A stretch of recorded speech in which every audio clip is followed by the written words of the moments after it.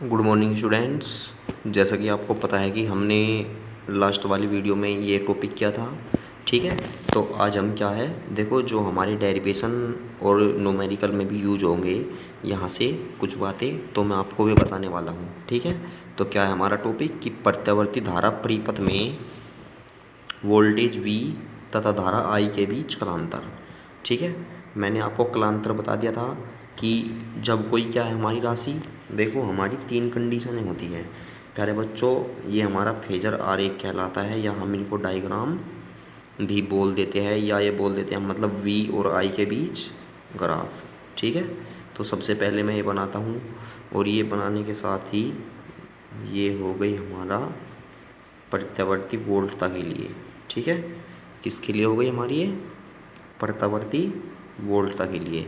और इसी में क्या है, मैं प्रत्यावर्ती धारा इसी के साथ बना देता हूँ, ठीक है। ये बन गया हमारा। अब ये बताओ प्यारे बच्चों, यहाँ से यहाँ तक जो हमारा ये होता है, ये क्या होती है, पीक वैल्यू होती है। यहाँ पे क्या होगी हमारी, क्योंकि जो अंदर वाली है ये हमारी आई के लिए बनाई हुई है, ठीक है। और ये हमारा क्या है, समय अक्ष है, और ये पॉजिटिव और ये निगेटिव। तो हमने एक तो डायग्राम बना दिया। देखो मैं डायग्राम के बारे में आपको बाद में बताऊंगा, सबसे पहले मैं डायग्राम नोट कर देता हूँ अच्छी तरह। एक ये हो गया, ठीक है। यानी एक हमारा जो डायग्राम बनेगा, एक बनेगा हमारा ये इसी प्रकार सेम, ठीक है। अब यहाँ से जो मैंने बनाया है ये तो हमारा क्या है, ये तो V के लिए है, ठीक है प्यारे बच्चों। इसमें भी मैं आपको बता देता हूँ, ये क्या है V के लिए और ये है I के लिए। अब इसी प्रकार में क्या है, अब धारा का बनाता हूँ यहाँ से। तो धारा का जैसे ही मैं धारा का बनाऊँगा तो ये हमारा ऐसे जाएगा, ठीक है। यहाँ से यहाँ तक जाने में इससे इसको देखो, ये यहाँ से लाना ऐसे, और फिर इसको ऐसे लेना, और फिर ऐसे लेना इसको, और फिर क्या करना है, तुम्हें इसको बाहर निकाल देना है, ठीक है। तो ये हो गया तुम्हारा डेरिवेशन, ये डायग्राम। तो प्यारे बच्चों ये हमारी क्या है, ये आई के लिए है, यानी जो दूसरे वाला है आई के लिए, ठीक है। अब हम एक और बनाते हैं, एक डायग्राम और बनाना है हमको, सेम है। एक हम ऐसे बनाते हैं, एक ऐसे बनाते हैं, एक ऐसे बनाते हैं, और यहाँ से हम क्या करते हैं, एक हमारा डायग्राम ये बनेगा। प्यारे बच्चों देखो यहाँ पे जो हमारी है, ये तो हो गई हमारी V नोट की पीक वैल्यू, और ये हो गई हमारी I नोट की पीक वैल्यू। इसमें देखो हमारी क्या है, ये तो हो गई I नोट की पीक वैल्यू, और ये हो गई V नोट की पीक वैल्यू। ये पॉजिटिव निगेटिव, ये तो हो गया हमारा V के लिए, और ये हो गया I के लिए, ठीक है। और ये है समय अक्ष। देखो डायग्राम बन गया। अब ये देखो देखो मैंने कलांतर बता दिया था। अब सबसे पहले बताओ, दोनों एक ही बिंदु से चलना प्रारंभ करती है, और दोनों एक साथ ही क्या होती है, अधिकतम होती है। देखो यहाँ से जो हमारी डेफिनेशन बनती है, देखो जब दोनों धाराएं एक ही साथ क्या होती है, अधिकतम होती है, यानी धारा भी और हमारी वोल्टता भी एक साथ में क्या हो रही है, अधिकतम हो रही है। तो इसका मतलब हम यहाँ पे जब देखो, यहाँ पे लिख दो कि जब I व V दोनों एक साथ अधिकतम होती है। देखो दोनों एक साथ अधिकतम होती है। देखो जब अधिकतम होती है तो हम क्या कहते हैं, तब V तथा I समान कला में होते हैं। देखो समान कला का मतलब है कि दोनों के दोनों एक ही एंगल पर, यानी दोनों के दोनों एक ही दिशा में और एक साथ अधिकतम और एक साथ न्यूनतम होते हैं। कहने का मतलब ये है यहाँ पे, ठीक है। यानी कि न तो ये इससे आगे जाती और न ही इससे पीछे जाती। तो तब देखो जब ये क्या होती है, दोनों समान कला में होते हैं, तो इक्वेशन जो होती है सिंपल सी इक्वेशन लगेगी, क्योंकि हमें पता है कि प्रत्यावर्ती वोल्ट की इक्वेशन ये होती है और आई की प्रत्यावर्ती धारा की इक्वेशन ये होती है। देखो मेन रोल जो न्यूमेरिकल का प्यारे बच्चों इन इक्वेशन का है, और नंबर 2 देखो डायग्राम बनाया है मैंने। नंबर 2 में क्या बनाया है, इसमें ये बताओ धारा से क्या होगी, धारा, क्योंकि ये तो हमारी बाद में अधिकतम हुआ, लेकिन धारा का मान क्या हो गया, पहले ही हो गया। ठीक है, तो इसका मतलब हम क्या कहेंगे कि जो हमारी धारा है ये वोल्टा से क्या है, ये अग्रगामी है। ठीक है, समझ गए होंगे बात को। तो देखो क्या कहेंगे हम कि जब धारा वोल्टा से पहले अधिकतम होती है, देखो मेन चीज़ ये है, तब ये जो अब लिखूँगा, तब धारा आई, ठीक है, वोल्टा V से अग्रगामी, अग्रगामी का मतलब होता है पहले बच्चों से आगे है। ठीक है, अग्रगामी होती है। देखो अब ये बताओ, जब हमारी धारा वोल्टा से अग्रगामी है तो उसका मतलब हम ये भी तो कह सकते हैं कि जो वोल्टा है वो आई से पश्चगामी यानी आई के पीछे है। ठीक है, तो तब देखो जो हमारी इक्वेशन होती है प्रत्यावर्ती वोल्टा की तो रहती है V बराबर V0 साइन ओमेगा टी। इसकी तो देखो पहले बच्चों हम फिक्स कर देते हैं यही। ठीक है, और जो आई की होती है हमारी I0 साइन ओमेगा टी। अब हमें पता है कि जो I0 है इससे क्या है, मतलब जो आई है V से अग्रगामी है, तो अग्रगामी के लिए हम क्या करते हैं, जो इसका एंगल है, एंगल में हम थोड़ा सा कोण और बढ़ा देते हैं। देखो एंगल क्यों बढ़ाया मैंने, अब ये बताओ, मान के चलो ये है हमारे पास, ये तो है हमारा कितना 30 डिग्री, तो ये है हमारा 60 डिग्री। तो हमने देखो पहले तो 30 था, तो एंगल में कितना बढ़ाया इसे आगे करने के लिए, 30 तो बढ़ाया। तो इसका मतलब यदि मैं इसे क्या मान लूँ, ओमेगा टी मान लूँ 30 को।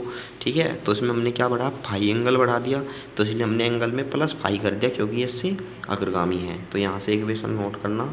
ठीक है, अब तीसरा पॉइंट होता है हमारा प्यारे बच्चों, तीसरा देखो इस डायग्राम से, ये बताओ सबसे पहले इस वाले में तो देखो आई अधिकतम हो गई थी पहले, लेकिन इसमें क्या है, आई बाद में हो रही है। तो उसका मतलब हम क्या कहेंगे कि जो V है आई से अग्रगामी या आई V से पश्चगामी है। ठीक है, यानी जब वोल्टा पहले अधिकतम हो जाती है, ठीक है, यानी जब पहले अधिकतम हो जाती है तब हम ये कह सकते हैं कि धारा वोल्टा से पश्चगामी होती है। और इसकी जो इक्वेशन होगी मैंने आपको बताया है कि जो V है, V की वैल्यू फिक्स रखो, V बराबर V0 साइन ओमेगा टी। अब ये हमें पता है कि I क्या है, V से पश्चगामी है, तो यहाँ पे I0 साइन ओमेगा टी, और पश्चगामी के लिए हम क्या कर देते हैं, एंगल को माइनस कर देते हैं। तो आई होप प्यारे बच्चों सभी की ये बातें समझ में आ गई होगी।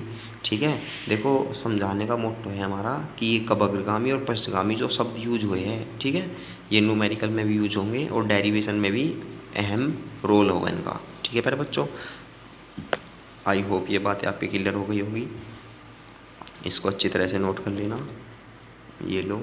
ठीक है, तो चलते हैं अपने नेक्स्ट टॉपिक पर। देखो हमारा नेक्स्ट टॉपिक क्या है, तो क्या है टॉपिक हमारा, विभिन्न प्रकार के प्रत्यावर्ती धारा परिपथ। ठीक है मेरे बच्चों, तो यहाँ से देखो सबसे पहले हमारा जो परिपथ होगा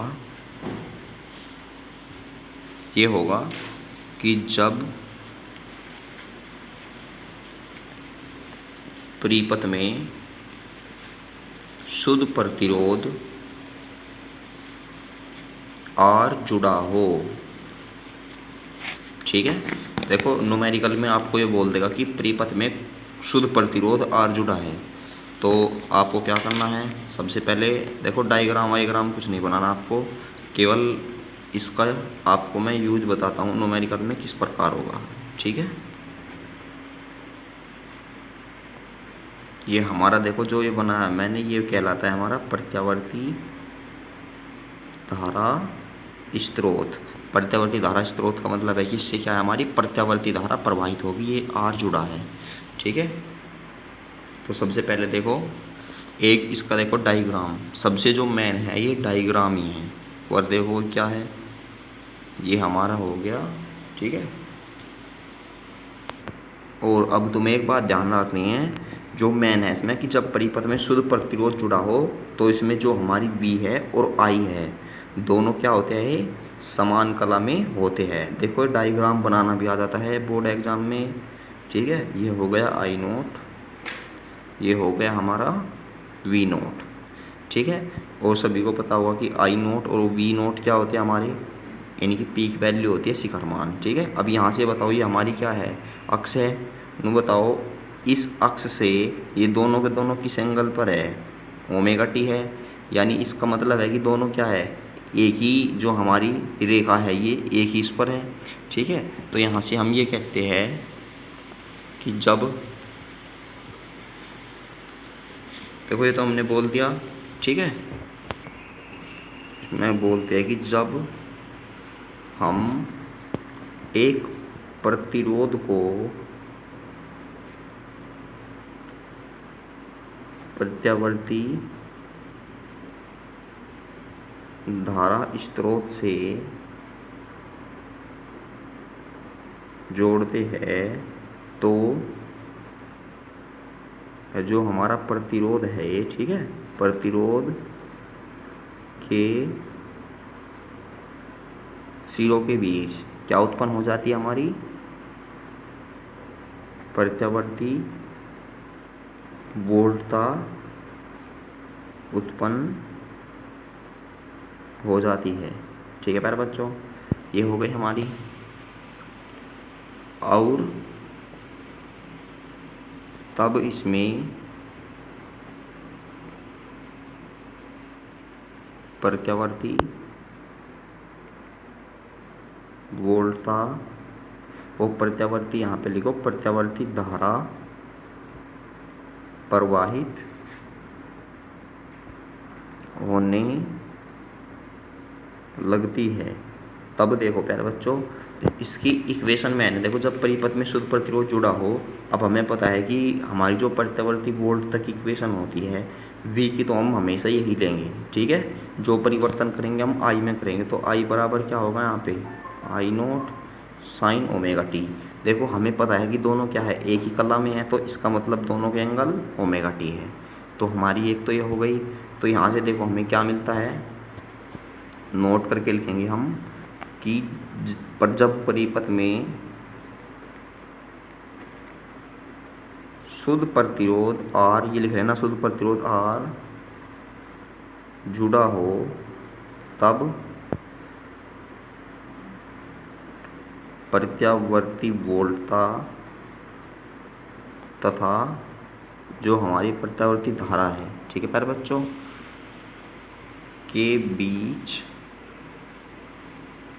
कलांतर कितना होता है, शून्य होता है। पता लग गया शून्य क्यों होता है, क्योंकि दोनों क्या है, एक ही रेखा पर स्थित है, और जब दोनों एक ही दिशा में गतिमान हो, ठीक है, तो इसका मतलब उनके बीच जो कलांतर होगा कितना होगा, शून्य। सबसे मेन बात यही है इसकी प्यारे बच्चों, ठीक है। और मैंने डायग्राम बनाई था, एक कला जब समान कला में होती है ऐसे करके, ठीक है, वो आर के और वी के लिए, ठीक है, वी और आई के लिए। तो आई होप आपकी समझ में बातें आ गई होगी, इसको अच्छी तरह से नोट कर लेना।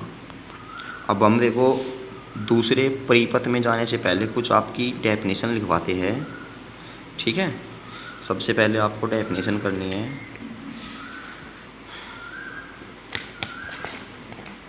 देखो एक आता है हमारा सबसे पहले धारितीय प्रतिघात,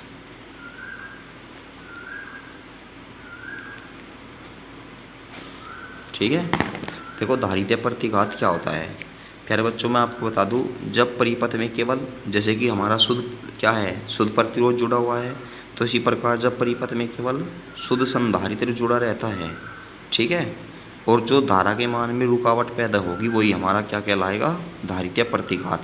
यानी जो हमारा धारितीय प्रतिघात है एक किस्म का क्या है, प्रतिरोध ही है, यानी प्रतिरोध का रूप बोल सकते हैं हम। तो क्या कहेंगे हम, क्योंकि धारिता आई हुई है, और धारिता किस में होती है, संधारित्र में। तो जब परिपथ में शुद्ध संधारित्र जुड़ा हो, तब धारा के मार्ग में आने वाली बाधा या रुकावट बोल सकते हैं हम, ठीक है, बाधा को धारितीय प्रतिघात कहते हैं। और प्यारे बच्चों देखो, उसको प्रेजेंट किससे करते हैं, इसे एक्स सी, ठीक है, एक्स सी से प्रदर्शित करते हैं। और इसका मात्रक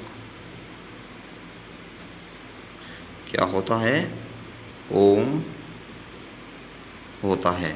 तो मात्रक भी लिख दिया मैंने, ठीक है। अब इसकी विमा लिखते हैं हम यहाँ पे, ठीक है। देखो जो इसकी विमा होती है, यानी एक्स सी की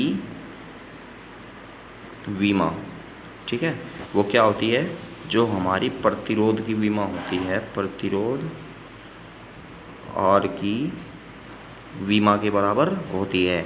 और प्रतिरोध आर की विमा मैंने बताया था आपको किस प्रकार निकाल सकते हैं, आर बराबर वी अपॉन आई से, ठीक है। और इसका जो सूत्र होता है एक्स सी बराबर ये होता है प्यारे बच्चों 1 अपॉन ओमेगा सी। और ओमेगा बराबर सभी को पता है क्या होता है, 2 पाई एफ, इंटू में क्या होता है सी, क्योंकि जो आवर्ती होती है, आवर्ती के पदों में हम एफ भी लिख देते हैं आवर्ती को, ठीक है। तो ओमेगा बराबर 2 पाई एफ इंटू सी। तो हमको फॉर्मूला मिल गया है, इसको अंडरलाइन कर लेना, ठीक है। अब इसके बाद में देखो हमारा जो टॉपिक होगा ये होगा हमारा प्रेरण प्रतिघात, ठीक है। इसे हम एक्स एल से प्रदर्शित करते हैं, ये भी सेम ही है। अब ये बताओ इसमें एक्स एल आया है, प्रेरण का मतलब तो सभी को पता होगा। अब की बार क्या है कि जब परिपथ में शुद्ध प्रेरक जुड़ा हो, तो यहाँ पे लिखेंगे हम कि जब परिपथ में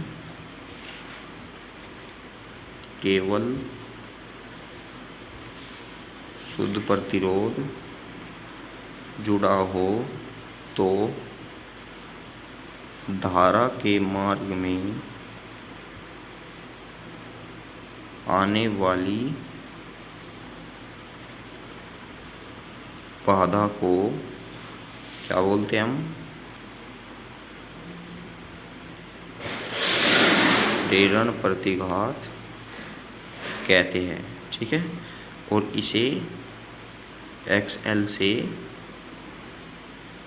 प्रदर्शित करते हैं, ठीक है बच्चों। इसका मात्रक क्या होता है, ओम, ओम होता है। तो इसका मात्रक भी पता लग गया सभी को। और इसका फॉर्मूला होता है एक्स एल बराबर ओमेगा एल, और ओमेगा बराबर क्या होता है 2 पाई एफ इंटू में एल। आपको ये नोट करना है। तो दोनों के हमने फॉर्मूले लिख दिए, ठीक है। देखो एक आती है हमारी प्रतिबाधा। देखो जो हमारी प्रतिबाधा होती है वो क्या होती है, परिपथ की परिणामी प्रतिरोध होता है, ठीक है। देखो एक आती है हमारी प्रतिबाधा। देखो जो हमारी प्रतिबाधा होती है ये क्या होती है, यानी परिपथ का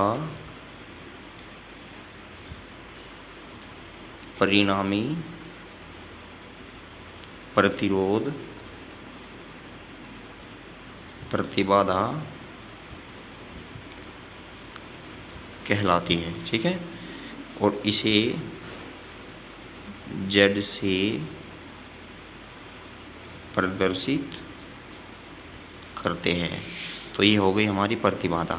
अब देखो मैंने जो ये डेफिनेशन लिखी है, अब इनसे हमारी जो आगे के डेरिवेशन होंगे छोटे छोटे, उनसे बहुत ही आसानी हो जाएगी, ठीक है। तो परिपथ का परिणामी प्रतिरोध पता लग गया, तो मैं क्या बोलते हैं हम इसको, परिबाधा, प्रतिबाधा, ठीक है। और इसे हम जेड से प्रदर्शित करते हैं। और इसका मात्रक भी क्या होता है, लिख देता हूँ मैं, इसका मात्रक ओम होता है। तो आई होप प्यारे बच्चों यहाँ तक सभी की समझ में आ गई होगी, ठीक है। इसको अच्छी तरह से नोट कर ले जितना भी वर्क मैंने करा है। तो आगे के डेरिवेशन हम नेक्स्ट वीडियो में करेंगे।